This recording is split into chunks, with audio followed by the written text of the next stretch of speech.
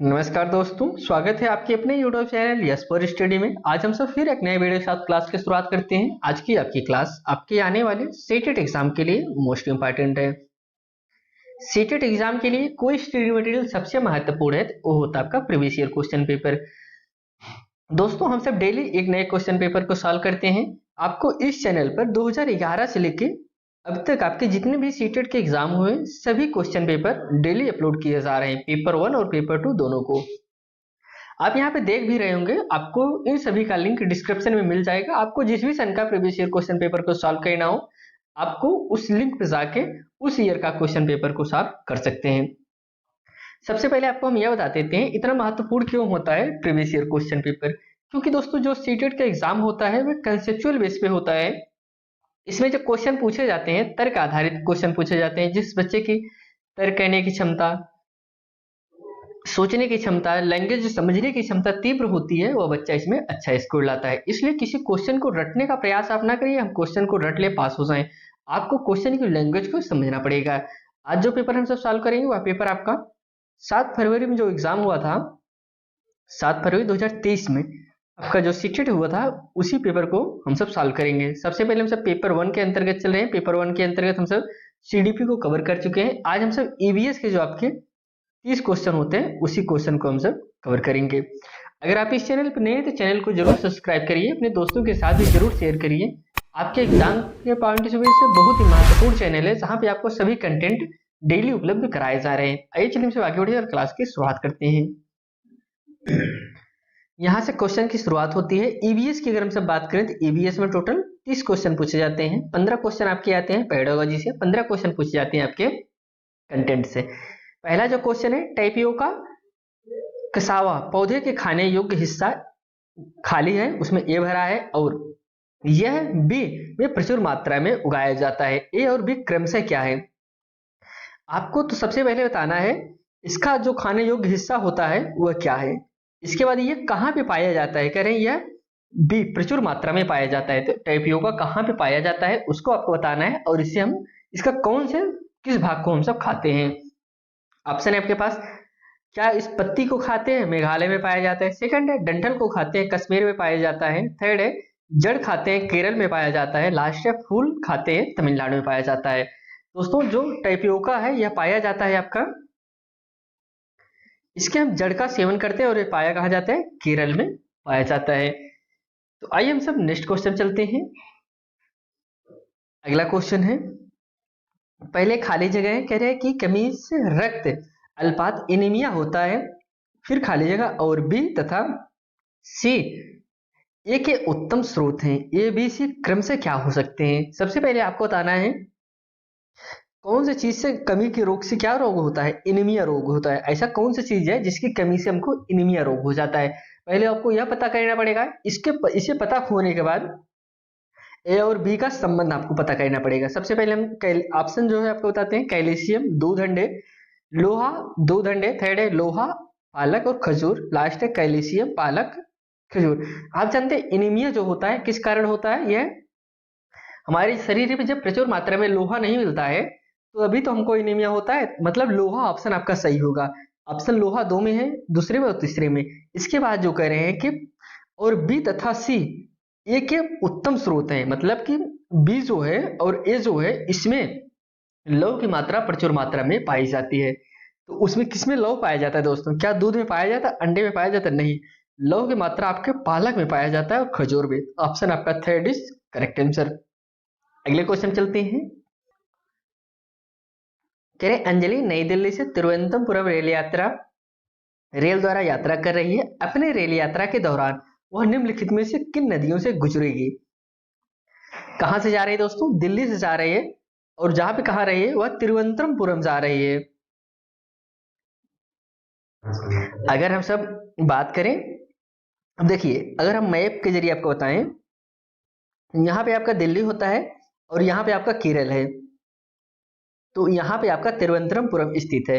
इसके बाद कौन सी नदी पड़ेगी इन दोनों के बीच में, अगर ट्रेन से जा रही है तो कौन सी नदी पड़ेगी उसको आपको बताना है। पहला ऑप्शन है नर्मदा, गोदावरी, गंगा। सेकंड है यमुना, दामोदर, कृष्णा। थर्ड है नर्मदा, कृष्ण, गोदावरी, कृष्णा, गोदावरी। लास्ट है यमुना, महानदी, गोदावरी। तो ऑप्शन इसमें थर्ड सही होगा, नर्मदा पड़ेगी, कृष्णा पड़ेगी, गोदावरी पड़ेगी। Option third is correct answer. अगले क्वेश्चन चलते हैं। नेक्स्ट क्वेश्चन जो है, कौवे लकड़ी के छोटे छोटे टुकड़े का इस्तेमाल करके वृक्ष पर अपना घोंसला बनाते हैं, लेकिन यक्ष है खाली जगह अपना घोंसला नहीं बनाता और अपने अंडे कौवे के घोंसले में देती है। यक्ष कौन है? देखिए, आप कहेंगे कितना इजी क्वेश्चन पूछा है। दोस्तों, जो सीटेट होता है उसमें इजी भी क्वेश्चन मिलते हैं और हार्ड भी क्वेश्चन मिलते हैं। ईवीएस में आपको इजी क्वेश्चन देखने को मिल जाते हैं, बाकी और सब्जेक्ट में बात किया जाए, एसएसटी में, मैथ में, इन सब में क्वेश्चन लेवल के हिसाब से पूछे जाते हैं। आपको पता होगा एक ही चिड़िया है जो कि कौवे के घोंसले में अपना अंडा देती है, वह को अपना घोंसला नहीं बनाती है, वह कौन सी है? कोयल है। ऑप्शन इसमें थर्ड इज राइट आंसर। लेकिन कुछ कौवे के बारे में आपके पॉइंट बताते हैं जिससे आपके एग्जाम में क्वेश्चन पूछे गए हैं। कौवे की विशेषता यह होती है, वह जिस पेड़ पे अपने घोंसला बनाता है उस पेड़ की सबसे ऊंची डाली पे अपना घोंसला बनाता है। कौवे की विशेषता है। एक विशेषता और आपको बताते हैं, दोनों में अंतर समझ लीजिए। जो चील होता है, चील अपना जो घोंसला बनाता है वह एरिया का जहां पे घोंसला बनाएगा उस एरिया का जो सबसे बड़ा पेड़ होगा और सबसे बड़ी डाली पे, सबसे ऊंची डाली पे अपना घोंसला बनाता है। ये तो चील की विशेषता है। और जो कौवे की विशेषता है, कौवा जो अपना घोंसला बनाता है वह जिस पेड़ पे बनाएगा उसे एरिया से नहीं मतलब है कि एरिया का सबसे बड़ा पेड़ है कि नहीं है, वह जिस पेड़ पे बनाएगा उस पेड़ की सबसे ऊंची डाली होनी चाहिए। यह कौवे की विशेषता है। आप दोनों में अंतर जानते रहिए, इससे आपके एग्जाम में क्वेश्चन पूछे गए हैं। आइए हम सब आगे बढ़ते हैं अगले क्वेश्चन पे। करें खाली जगह, वाई के जिले यक्ष में इत्र, गुलाब जल और केवड़ा जल बहुत बड़े पैमाने पर तैयार किए जाते हैं। यक्ष और वाई क्या है? आपको बताना है कि इसमें दो जिले की बात किया गया, जिसमें उस जिले में क्या बनता है? इत्र बनता है, गुलाब बनता है, केवड़ा जल बनता है। इन सबको बड़े पैमाने से बनाया जाता है। तो यक्ष और वाई कौन सा जिला हो सकते हैं? ऑप्शन है, पहला ऑप्शन है मधुबनी बिहार, सेकंड है कन्नौज उत्तर प्रदेश, थर्ड है वर्ली महाराष्ट्र, फोर्थ है सोलन हिमाचल प्रदेश। आप जानते हो तो उत्तर प्रदेश का जो कन्नौज जिला है वह इत्र के लिए बहुत ही फेमस है। ऑप्शन इसमें second is right answer. Warli दोस्तों चित्रकारी है जो कि महाराष्ट्र से संबंधित है, तो यह आपका ये चित्रकारी से संबंधित है। आइए हम सब नेक्स्ट क्वेश्चन चलते हैं। कथन कारक से संबंधित है। कथन जो है, दावा ए लिखा है, उबला हुआ अंडा पानी से भरे मग में डाला जाता है तो वह यह डूब जाता है, जबकि नमक वाले पानी में डाला जाता है तो यह ऊपर तैरता है। तर्क आ रहे हैं, अंडे को उबाले जाने पर उसका घनत्व बढ़ जाता है। आपको सही ऑप्शन चुनना है। इसमें जो पहला ऑप्शन है ए और आर दोनों सही है, आर की सही व्याख्या है। सेकंड है ए और आर दोनों सही है लेकिन आर जो है ए की सही व्याख्या नहीं है। थर्ड है ए सही है लेकिन आर गलत है। फोर्थ ऑप्शन है ए और आर दोनों गलत है। इसमें अगर हम सब बात किया जाए तो ये सही है दोस्तों। उबला हुआ अंडा पानी आप डालेंगे तो पानी में डूब जाएगा, लेकिन जब उसमें आप नमक मिला देंगे तो वह जो कि ऊपर तैरने लगता है। उबले हुए अंडे, अंडे को उबाले जाने पर उसका घनत्व बढ़ जाता है, यह भी सही है। लेकिन क्या यह कोई सही व्याख्या कर रहा है? यह व्याख्या तो कर नहीं रहा है, यह इसकी अपना विशेषता बता दिया, यह अपना विशेषता बता दिया। तो ऑप्शन इसमें सेकंड सही होगा। ए और आर दोनों सही हैं, आर एक ही व्याख्या नहीं है। अगले क्वेश्चन चलते हैं। आजकल हम देखते हैं कि बहुत से कुएं पूरी तरह से सूख चुके हैं। इस स्थिति का मुख्य कारण क्या हो सकता है? कुछ कथन है, लोगों ने कुएं के समीपस्थ क्षेत्रों में बोरिंग पंप लगाने शुरू कर दिए। सेकंड है कुएं के आसपास के क्षेत्र में मिट्टी कंक्रीट की हो गई। यह थर्ड है कुएं का पानी दूषित होने के कारण उपयोग में नहीं लाया जाता है। इसमें कौन सा कारण दोस्तों जो कुएं के सूखने के हैं? ऑप्शन इसमें जो है ए और बी सही है, सेकंड है ए और सी सही है, थर्ड है केवल बी सही है, लास्ट है केवल ए सही है। इसका राइट आंसर जो है ऑप्शन नंबर इसमें, एक मिनट दोस्तों,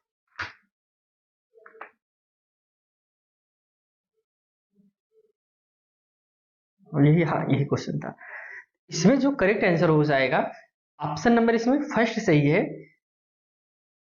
ये भी लोगों ने कुएं के समीपस्थ क्षेत्र में बोरिंग पंप लगाना शुरू कर दिए और कुएं के आसपास की मिट्टी कंक्रीट की हो गई। ए और बी इज राइट आंसर। अगले क्वेश्चन चलते हैं। ठहरे हुए जल पर मिट्टी का तेल डालना बरसात के दिनों में मच्छरों का प्रजनन को रोकने का एक सामान्य तरीका है। इसका क्या कारण है? ऑप्शन है पहला, मिट्टी के तेल से मच्छरों को ऑक्सीजन की आपूर्ति बाधित हो जाती है। सेकंड है, मिट्टी के तेल में फंस जाते हैं, मच्छर जो है मिट्टी के तेल में फंस जाते हैं। थर्ड है, मिट्टी के तेल में एक ऐसा पदार्थ होता है जो मच्छर को मार देता है। लास्ट है, मिट्टी के तेल की गंध मच्छरों को विकर्षित कर देती है। मिट्टी का जो हमारे यहाँ बरसात का पानी जमा होता है उसमें मिट्टी का तेल क्यों डाला जाता है? इसलिए डाला जाता है कि ताकि मिट्टी के तेल से मच्छरों को ऑक्सीजन की आपूर्ति बाधित हो जाती है, उससे वह मर जाते हैं, उनका प्रजनन रुक जाता है। Option first is correct answer. अगले क्वेश्चन चलते हैं। निम्नलिखित में से कौन से राज्य केंद्र शासित प्रदेश बंगाल की खाड़ी की तट रेखा पर है? देखिए, आपको एक चीज समझना पड़ेगा, यह हो गया आपका मैप। इस तरफ का जो भाग होता है बंगाल की खाड़ी है, इस तरफ जो आपका अरब सागर लगता है। तो बंगाल की खाड़ी से कौन से सटे हुए राज्य हैं? जो राज्य यहाँ पे स्थित है इस रेखा से टच करते होंगे वही राज्य तो आपके बंगाल खाड़ी से लगेंगे। उसमें से कौन कौन से राज्य हैं? ऑप्शन है आपके पास कर्नाटक, महाराष्ट्र, केरल, उड़ीसा, तमिलनाडु, आंध्र प्रदेश, पांडुचेरी, कर्नाटक, गोवा, लास्ट है दमन, पांडुचेरी, तेलंगाना। देखिए, यह क्वेश्चन बहुत ही इजी क्वेश्चन होता है। आप ऐसे राज्य को समझिए कि जो राज्य इस तरफ से नहीं लगते। जैसे क्या महाराष्ट्र लगेगा? आप कहेंगे नहीं, महाराष्ट्र तो नहीं लगेगा, क्योंकि महाराष्ट्र आपके यहाँ पे लगता है, गुजरात के बगल में सटा हुआ है ना, तो फिर महाराष्ट्र यहाँ पे हो गया। महाराष्ट्र ऑप्शन जिसमें हो उसके काट दीजिए। इसके बाद है पुदुचेरी, कर्नाटक, गोवा। गोवा भी इस तरफ है तो गोवा भी नहीं लगेगा, यह भी कट गया। दमन, पुदुचेरी, तेलंगाना, तेलंगाना भी नहीं लगेगा दोस्तों। ऑप्शन आपका जो सही हो जाएगा, तेलंगाना यहाँ बीच में ना आंध्र प्रदेश सटा हुआ है, तो कर्नाटक ऑप्शन सेकंड सही होगा। उड़ीसा यहाँ पे है, तमिलनाडु और आंध्र प्रदेश, यह जो है आपके बंगाल के खाड़ी से लगे हुए राज्य हैं। अगले क्वेश्चन चलते हैं।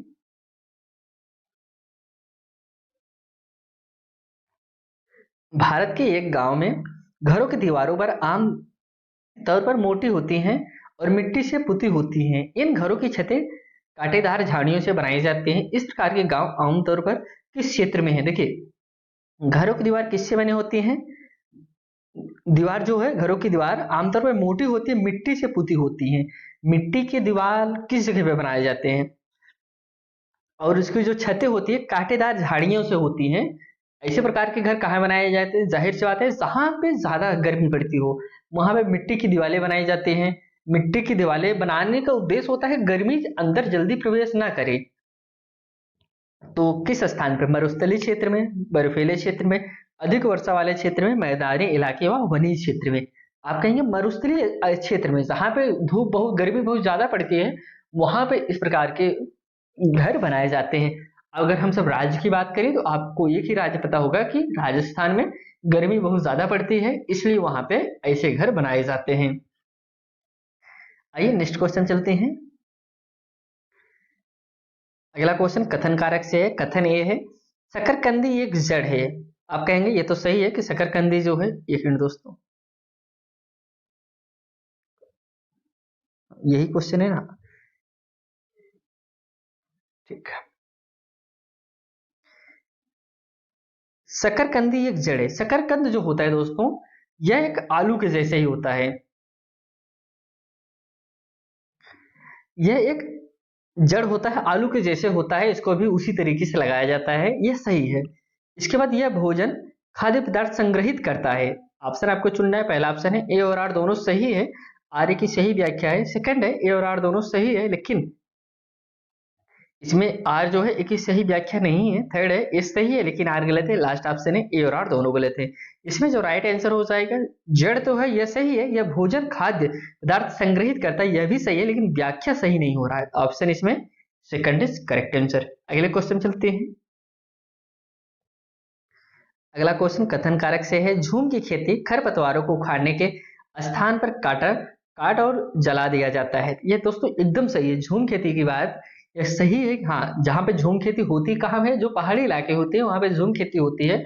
वहां पे जो पहाड़ी इलाके होते हैं उसी के काट कर, जो वहां पे झीड़ झंखाड़ होती है उसे काट के उसी में जला दिया जाता है, उसी में खेती किया जाता है। इसी की खेती के नाम से हम झूम खेती, स्थानांतरित खेती के नाम से जानते हैं। राख मिट्टी में मिल जाती है जिससे मिट्टी उर्वरता बढ़ जाती है, यह भी सही है दोस्तों। मतलब इसकी व्याख्या यह सही कर रहा है। ऑप्शन वही सुनिए की व्याख्या भी सही हो रहा है और दोनों ऑप्शन भी सही है। आप कहेंगे पहला भी ऑप्शन ए और आर दोनों सही है, आर जो है एक ही सही व्याख्या कर रहा है। अगले क्वेश्चन चलते हैं। अगला क्वेश्चन है केचुआ किसानों का सबसे अच्छा मित्र माना जाता है। आप कहेंगे सही बात है, केचुआ जो है किसानों का मित्र माना जाता है। केचुआ खरपतवारों को नष्ट करते हैं। क्या केचुआ खरपतवारों को नष्ट करते हैं? आप कहेंगे नहीं, केचुआ जो है मिट्टी की उर्वरकता को बढ़ाता है, मिट्टी को चालता है, वह खरपतवार थोड़ी खाता है केचुआ। कहेंगे यह गलत, यह चीज गलत है। ऑप्शन आपका कथन ए सही है, लेकिन तर्क जो आर है वह गलत है। ऑप्शन इसमें ये दोनों तो हो गए नहीं, इसमें दोनों को सही बताया गया। ए सही है, आर गलत है। सेकंड है, फोर्थ ऑप्शन है, ए और आर दोनों गलत है। दोनों गलत नहीं है, ऑप्शन ए सही है, आर गलत है। Option third is correct answer. अगले क्वेश्चन चलते हैं।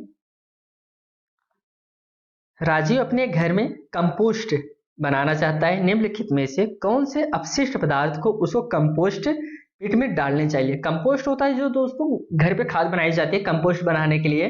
कंपोस्ट बनाने के लिए हमको क्या क्या चाहिए, उसमें कंपोस्ट बनाने के लिए क्या किया जाता है? कंपोस्ट बनाया जाता है, छोटे छोटे से बॉक्स टाइप बना दिया जाता है, इसमें जो घर के खरपतवार गोबर होते हैं इसमें डाल के इसे खाद तैयार किया जाता है, जो फिर अपने खेतों में इसे यूज किया जाता है। क्या इसमें एल्युमिनियम पत्ती, वनस्पति छिलके, अंडे के छिलके डालना चाहिए? सेकंड है वनस्पति छिलके, छनी हुई चाय की पत्ती, कागज, वनस्पति छिलके, पॉलीथीन, कागज। थर्ड है, फोर्थ है एल्युमिनियम पत्ती, दूध के पैकेट, अखबार। देखिए पहली बात तो थर्ड और सेकंड ऑप्शन होगा नहीं, एक मिनट, नहीं सेकंड में नहीं, सेकंड पॉलीथीन ना, पॉलीथीन इसमें थर्ड में यूज किया गया। पॉलीथीन तो आप डालेंगे नहीं, इसमें दूध के पैकेट ये भी नहीं डालेंगे, मतलब दो ऑप्शन आपका ऐसे ही कट गया। और क्या एल्युमिनियम के पत्ते डालेंगे? एल्युमिनियम नहीं दोस्तों, यह भी ऑप्शन गलत हो जाएगा। आपको डालना है वनस्पति जो छिलके होते हैं उन्हें डालिए, छनी हुई चाय की पत्तियां डाल सकते हैं, कागज जो है क्योंकि कागज जल्दी सड़ जाता है, पन्नी आप डालने के तो नहीं सड़ेगा। Option second is right answer. बाकी सिर्फ यही चीज आप बना के डाल के नहीं कंपोस्ट तैयार कर पाएंगे, आपको इसके साथ और भी चीज डालना होगा, जो कि हमको इसी चारों में से चेक करना है कौन सा डाल सकते हैं हम, यह सब इसमें डाल सकते हैं। आइए अगले क्वेश्चन चलते हैं। बीज के बारे में बताना है। बीज है सजीव है क्योंकि वह पौधे का भाग है। सेकंड है निर्जीव है क्योंकि हम इसको पका सकते हैं। थर्ड है सजीव है क्योंकि यह पौधे सजीव है क्योंकि यह एक पौधे में वृद्धि कर सकता है। फोर्थ है निर्जीव है जैसा कि यह श्वसन नहीं कर सकता है। बीज के बारे में कौन सा कथन सही है? आप कहेंगे इसका जो कथन सही है यह सजीव है क्योंकि यह एक पौधे में वृद्धि कर सकता है। Option third is right answer. अगले क्वेश्चन चलते हैं। अगला क्वेश्चन है एक पर्यावरण अध्ययन शिक्षक के द्वारा बच्चों के आकलन में निम्न में से क्या किया जाना चाहिए? आपसे पहले कुछ कथन दिए गए हैं, बच्चों के बारे में गुणात्मक कथन लिखना। सेकंड है बच्चों के सिर्फ कुछ ही पक्षों पर केंद्रित होना। थर्ड है बच्चों के सीखने की क्षमता पर ध्यान केंद्रित करते हुए जानकारी अभिलिखित करना। फोर्थ कथन है बच्चों को पूर्व अभिलेखों की तुलना करना। देखिए कुछ चीजें हैं जो कि आपको सीटेट में हर समय ध्यान देना है, क्योंकि दोस्तों जो सीटेट है इसमें सर्वे सर्वा कौन होता है? इसमें सर्वे सर्वा बच्चा होता है। तो ऑप्शन आप ऐसे ऑप्शन की तरफ नहीं जाइए जो बच्चे का विरोध करता हो। जैसे अगर हम सब बात करें तो बच्चे के बारे में गुणात्मक कथन लिखना, यह तो सही है दोस्तों।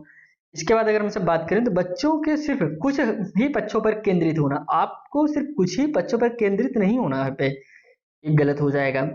बच्चों के सीखने की क्षमता पर ध्यान केंद्रित करते हुए जानकारी अभिलिखित करना, यह भी सही है। बच्चे के पूर्व अभिलेख तुलना आप नहीं कर सकते हैं, आपको तुलना नहीं करना है। मतलब इसमें जो ऑप्शन सही हो जाएगा, एक मिनट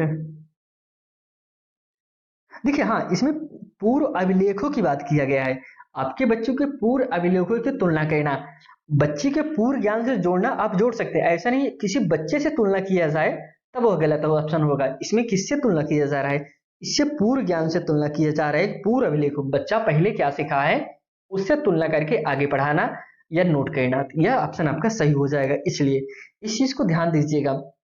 आपका ऑप्शन सही है, ए सही है, सी सही है, डी सही है, बी गलत है, सिर्फ कुछ ही पक्ष पर केंद्रित होना। ऑप्शन आपका राइट हो जाएगा, ए सी और डी।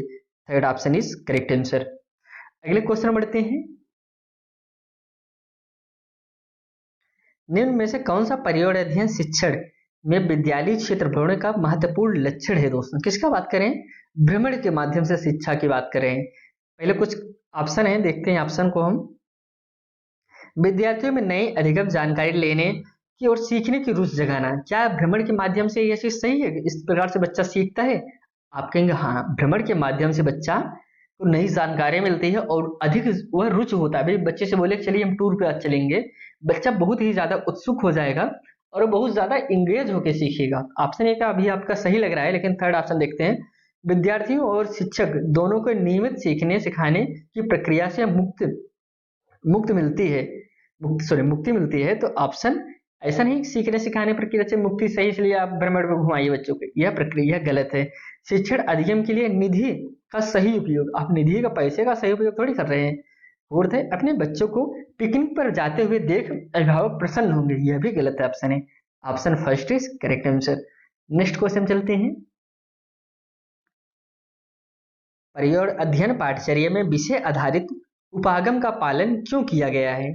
ऑप्शन है पहला, एक ही बार में अधिक से अधिक संकल्पनाओं को पूरा करना। सेकंड है, संसाधनों को बचाना। थर्ड है, बच्चों के अर्जित ज्ञान का संपूर्ण आकलन करना। फोर्थ है, विद्यार्थियों को समाज और प्रकृति दोनों के बारे में संवेदनशील बनाना।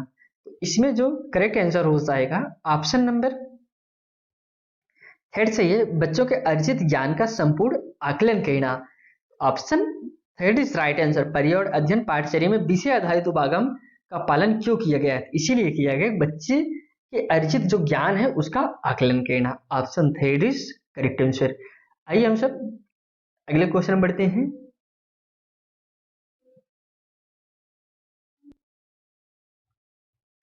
पर्यावरण अध्ययन शिक्षण के संबंध में एनसीएफ 2005 की प्रस्तावना नहीं है।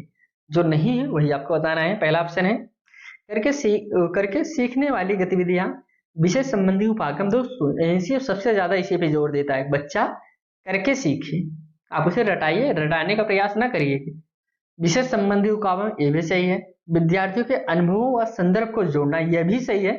तकनीकी शब्दावली को जगाना यह गलत है। दोस्तों आप बच्चों को टेक्निकल शब्दावली नहीं बताइए, टेक्निकल शब्दावली बताइए, लेकिन सिर्फ उसी को जगाने का उद्देश्य नहीं है। ऑप्शन फोर्थ इज सही है, यही आपका इसमें नहीं पूछा है, यही गलत है और यही आपका राइट हो जाएगा। आइए नेक्स्ट क्वेश्चन चलते हैं। पर्यावरण अध्ययन शिक्षण अधिगम में कविताओं और कहानियों का महत्व है क्योंकि पहला कथन है, बच्चे में जिज्ञासा विकसित होती है। सेकंड है, बच्चों में सौंदर्य बोध विकसित होता है। थर्ड है, बच्चों को संदर्भित अधिगम वातावरण प्रदान होता है। इसमें जो डी कथन है, विभिन्न अमूर्त वातावरण की व्याख्या होती है। ऑप्शन है पहला ए बी डी सही है। सेकंड ऑप्शन है बी सी डी सही है। थर्ड ऑप्शन है ए बी और सी सही है। लास्ट ऑप्शन है ए और डी सही है। इसमें जो करेक्ट आंसर हो जाएगा ऑप्शन नंबर थर्ड सही है, ए सही है, बी सही है और सी सही है, डी जो कि गलत है। नेक्स्ट क्वेश्चन चलते हैं। प्राथमिक विद्यार्थियों के लिए पर्यावरण अध्ययन शिक्षण अभिप्राय रखता है कि पहला ऑप्शन है, विद्यार्थी कम जिज्ञासु हों। सेकंड है, विद्यार्थी ज्यादा जिज्ञासु हों। थर्ड ऑप्शन है, विद्यार्थी कम गलतियां करें। लास्ट है, विद्यार्थी अच्छे रेखाचित्र बनाने व लेखन कौशल विकसित करें। तो इसमें जो करेक्ट आंसर हो जाएगा ऑप्शन नंबर, इसमें से विद्यार्थी ज्यादा जिज्ञासु हो।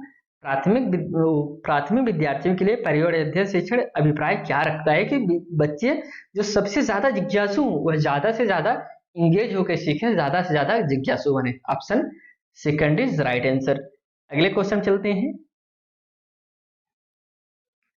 पर्यावरण अध्ययन में शिक्षण शास्त्र निम्न में से सभी चलन का समर्थन करता है सिवाय किसके? पहला ऑप्शन है, विद्यार्थियों को सक्षम करना कि वे समालोचनात्मक चिंतन एवं समस्या समाधान कर सकें। सेकंड है, पाठ्य पुस्तकों को वास्तविक जीवन के अनुभवों से बेहतर मानना। थर्ड है, विद्यार्थियों में सहयोग को बढ़ावा देना। फोर्थ है, विद्यार्थियों की जिज्ञासा और सृजनात्मकता का पोषण करना। तो इसमें जो करेक्ट आंसर हो जाएगा, जो राइट आंसर हो जाएगा ऑप्शन नंबर सेकंड सही है कि पाठ्य पुस्तकों को वास्तविक जीवन के अनुभव से बेहतर मानना। दोस्तों जो पाठ्य पुस्तक हैं उन्हें हम वास्तविक जीवन के अनुभव से बेहतर मानना। Option first is second is correct answer. अगले क्वेश्चन चलते हैं। देखिए इसमें एक चीज आप ध्यान दीजिएगा, इसमें देखिए लैंग्वेज पूछा कैसे गया है, इसमें हमको गलत बताना था। ऐसा नहीं कि आप कहेंगे पाठ्य पुस्तकों को ज्यादा प्रेफरेंस यहाँ पे दे रहे हैं, लेकिन पूछा भी वही चीज है कि पर्यावरण अध्ययन में शिक्षण शास्त्र निम्न में से सभी चलन का समर्थन करता है सिवाय, मतलब निगेटिव इसमें बताना था, पॉजिटिव नहीं बताना है। ये सब पॉजिटिव है, ये आपका निगेटिव है। सिवाय पूछा है ना, मतलब किसको छोड़कर, आप इसको छोड़कर बाकी सभी सही है, सभी का समर्थन करता है। एक फोल्डर जिसमें विद्यार्थी एक सत्र के अपने कार्यपत्रक, अवलोकन रिपोर्ट एवं अन्य सामग्रियों को इकट्ठा करते हैं, उसे क्या कहते हैं? पोर्टफोलियो। सेकंड ऑप्शन है उपाख्यानात्मक अभिलेख, परियोजना, फाइल। देखिए इसे आप क्या कहेंगे? आप कहेंगे इसे हम पोर्टफोलियो के नाम से जानते हैं। पोर्टफोलियो के बारे में कुछ विशेषता है, आप उसे जानते रहिए। देखिए पोर्टफोलियो को तैयार कौन कौन कर सकता है? एक तो विद्यार्थी कर सकता है खुद, एक तो उसके अभिभावक कर सकते हैं, और जो सबसे ज्यादा पूछा जाता है अध्यापक। आपके जो क्लास टीचर हैं, जो टीचर होते हैं, वह आपकी पोर्टफोलियो तैयार कर सकते हैं। पोर्टफोलियो का मतलब होता है कि उस बच्चे का पूरा बायोडाटा लिखना। जैसे अभी आप मान लीजिए क्लास 5 में है, हमने 5 का एग्जाम दिया, 5 पास होके 6 में चले गए। अब 6 में जाने के बाद आपके 5 में आप हैं, आप किस विषय में तेज है पढ़ने में, किस विषय में नहीं है, आप क्या लिख पा रहे हैं, नहीं लिख पा रहे हैं, मात्राएं समझने में आपकी क्या समस्या है, क्या नहीं समस्या है। आपका जो क्लास टीचर है वो आपके बारे में बहुत अच्छे से जानता रहता है। क्या जब आप 6 में आप जाएंगे तो फिर क्या यह टीचर जाके 6 के क्लास टीचर को बताएगा हाँ ये इस बच्चे में ये समस्या है? नहीं। इसलिए एक पोर्टफोलियो तैयार किया जाता है जिसमें आपके सारे बायोडाटा लिखे होते हैं। अब जब आप क्लास 6 में जाएंगे, आपका आपका जो फाइल होता है वह 6 में ट्रांसफर हो जाता है। जो 6 का क्लास टीचर होता है, इसी फाइल के जरिए से आपको समझ जाता है कि आप किस चीज में बढ़िया है, किस चीज में समस्या है, ताकि वह आपकी समस्या को दूर कर सके। आइए अगले क्वेश्चन चलते हैं। प्राथमिक स्तर पर पर्यावरण अध्ययन में अध्यापन अधिगम के लिए समुदाय जरूरी है, क्योंकि दोस्तों समुदाय की बात करें, आपको समुदाय के बारे में अगर हम सब बात करें तो जब हम सब सोशलॉजी का थ्योरी क्लास कर रहे थे वहां पे आपको बताए थे ना समुदाय क्या होता है, सामाजिकरण कैसे होता है। तो पहला ऑप्शन है यह आसानी से उपलब्ध संसाधन है, इसमें बड़े और समझदार लोग होते हैं। थर्ड है यह वास्तविक परिवेश में सीखने का मौका देता है। थर्ड है, फोर्थ कथन है इसके लिए किसी कोर्स के खर्च की आवश्यकता नहीं होती है। आप कहेंगे समुदाय के बारे में तो ये सभी ऑप्शन सही लग रहे हैं, लेकिन इसमें कौन सा ऑप्शन सबसे ज्यादा सही है? आप कहेंगे ऑप्शन नंबर जो थर्ड है, यह हमको वास्तविक परिवेश में सीखने का मौका देती है। Option third is right answer. अगले क्वेश्चन बढ़ते हैं। एक पर्यावरण अध्ययन की पाठ्यपुस्तक निम्नलिखित में से कौन सी विशिष्टता दर्शाती है? पहले कथन दिए गए हैं, यह विविध पृष्ठभूमि के विद्यार्थियों की जरूरतों का ध्यान रखती है। सेकंड है इसमें वास्तविक कहानियां और घटनाएं हैं। थर्ड है यह एकीकृत रूप से प्राकृतिक और सामाजिक सांस्कृतिक विषय प्रस्तुत करती है। डी कथन है यह अमूर्त संकल्पनाओं की व्याख्या पर केंद्रित है। ऑप्शन है इसमें पहला ऑप्शन है ए, बी और सी सही है। सेकंड ऑप्शन है केवल ए सही है। थर्ड ऑप्शन है बी, सी और डी सही है। लास्ट ऑप्शन है ए, सी और डी सही है। इसमें जो करेक्ट आंसर हो जाएगा ऑप्शन नंबर फर्स्ट सही है, ए सही है, बी सही है, सी सही है, डी जो कि गलत है। अगले क्वेश्चन बढ़ते हैं। पर्यावरण अध्ययन पुस्तकों में विभिन्न प्रकरणों में आओ करके सीखे का क्या उद्देश्य है? अब होता है ना कि आओ करके सीखे, आओ करके सीखने का क्या उद्देश्य है, उसका लैंग्वेज का क्या मतलब है, उसको आपको बताना है। पहला ऑप्शन है विद्यार्थियों को संलग्न करने में। सेकंड ऑप्शन है विद्यार्थियों को करके सीखने का अनुभव प्रदान करना। थर्ड है वैज्ञानिक शब्दावली को सीखना। लास्ट है परीक्षा में उत्तम परिणाम द्वारा अधिगम प्रतिफलों की प्राप्ति करना। इसका जो उद्देश्य होता है, ऑप्शन इसमें जो सही हो जाएगा, विद्यार्थियों को करके सीखने का अनुभव प्रदान करना। Option second is right answer. अगले क्वेश्चन बढ़ते हैं।